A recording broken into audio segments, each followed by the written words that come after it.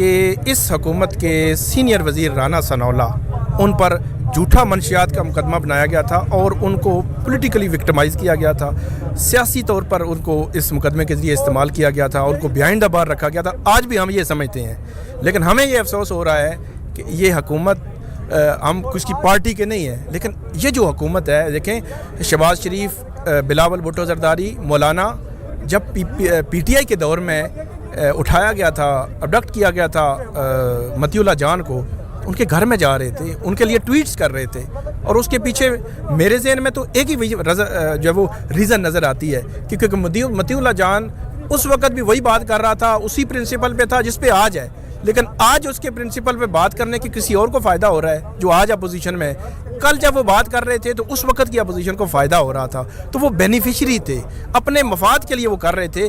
آج ہمیں سمجھ آئی ہے کہ ان کو مطیع اللہ جان آزاد صحافت کے ساتھ کوئی لگاؤ نہیں تھا، ان کو اس کے ساتھ بھی نہیں تھا کہ لوگ جو ہے وہ کھل کے بات کریں، تنقید کریں. آپ پبلک آفس ہولڈر ہیں، تو یہ افسوسناک ہے کہ رانا ثناءاللہ صاحب کی حکومت نے مطیع اللہ جان پر آئس اور جو منشیات کی خرید و فروخت کا مقدمہ بنایا ہے. میری نظر میں انہوں نے عملی طور پر وہ بدلہ لیا ہے جو ان پر جھوٹا مقدمہ بنایا تھا، کہ ایک جھوٹا مقدمہ مطیع اللہ جان پر بنا کر جو ہے وہ بدلہ لیا گیا ہے. اور یہ افسوسناک ہے. حکومت کو، شہباز شریف فیملی کو، اسی طرح پیپلز پارٹی کو، باقی پولیٹیکل پارٹیز کو سوچنا چاہیے.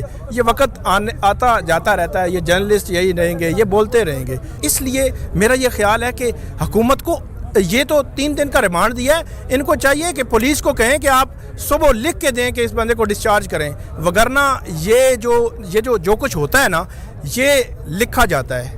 وہ جو عمران خان صاحب کے دور میں جب مطیع اللہ جان اٹھائے گئے تھے، تو ہمیشہ سے عمران خان صاحب جب اقتدار سے ہٹے، ان سے ایک ہی سوال ہوتا تھا.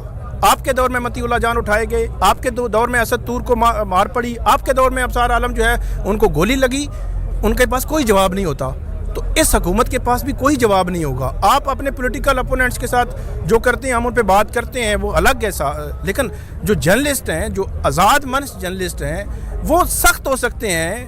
پھر ایک جو جرنلسٹ ہے اس پہ آپ بہت ہی ہارڈلی اگر کوئی معاملہ ہو تو اس کی خبر پہ آپ نے کرنا ہے، تو خبر کو آپ بیس بنائیں نا کہ اس خبر میں یہ سکم ہے، ہمیں بتائیں انٹرنلی، یا پھر کوئی اور ہے معاملہ تو بتائیں. لیکن اس پہ آئز اور اس طرح کا بالکل موسیقہ خیز، میں کہتا ہوں ورڈ بھی نہیں ختم ہو گیا کہ اس کے لیے کیا کہا جائے، تو وہ جو ہے وہ مقدمہ بنایا گیا ہے. بہت بہت شکریہ. ثاقب بشیر ہمارے ساتھ تھے. بالکل جی، ثاقب بشیر جو ہے وہ یہاں پر ان کا یہ کہنا ہے کہ یہ مقدمہ بالکل بے بنیاد ہے، کیونکہ جو ان کے ساتھ جو وہاں پہ کارروائی کی گئی ہے وہ وہاں پر بالکل ہی جھوٹی ہے. ہم اس حوالے سے جو ہے مزید لوگوں سے بھی بات کرنے کی کوشش کرتے ہیں. اس وقت یہاں پر ان کی وکیل، مطیع اللہ جان کی وکیل ایمان مزاری ہمارے ساتھ ہیں. ایمان، آج ریمانڈ دے دیا گیا، کیا کہیں گی آپ؟ میں کہوں گی یہ پیتھیٹک ڈیسیجن ہے، اسے ہم بالکل ایکسیپٹ نہیں کرتے، ہم اسے چیلنج کریں گے.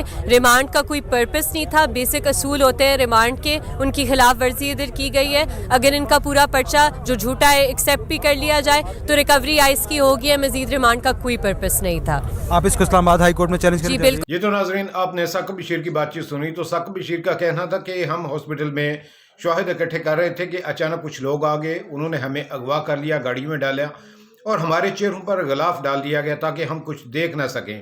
تو پھر ہمیں ایک گھر میں لے گئے، وہاں پہ ہمیں الگ الگ کمرے میں بٹھا دیا گیا، اور اس کے بعد جو ہے وہ مجھے چھوڑ دیا گیا. کہا جی کہ نہیں، مطیع اللہ کے ساتھ جو ہے وہ سارے معاملات ہیں، آپ جا سکتے ہیں. پھر مجھے گاڑی میں بٹھایا، غلاف ڈالا میرے چہرے پر، اور آ کر مجھے اسلام آباد کے کسی علاقے میں چھوڑ دیا گیا. تو اس طرح معاملات جو ہے وہ سارے لاشوں کے ہی ہیں، کیونکہ مطیع اللہ کے پاس جو ہے وہ کافی ثبوت جو ہے وہ مطیع اللہ کے ہاتھ لگ گئے تھے. تو اب کیس جو ہے وہ کافی حل ہو چکا تھا. تو اب ان کو یہ تھا کہ یہ تو بات کھل جائے گی، اس لیے مطیع اللہ کو گرفتار اور اغوا کر لیا گیا. اور ان کے اوپر جو کیس ہے اگر بنانا تھا تو پھر لاشوں کا بناتے. آپ نے ان کے اوپر جو ہے وہ آئس اور نشے کا کیس کس سے اور کیوں بنا ڈالا؟ سوچنے کی بات ہے. اجازت دیجیے، اللہ حافظ.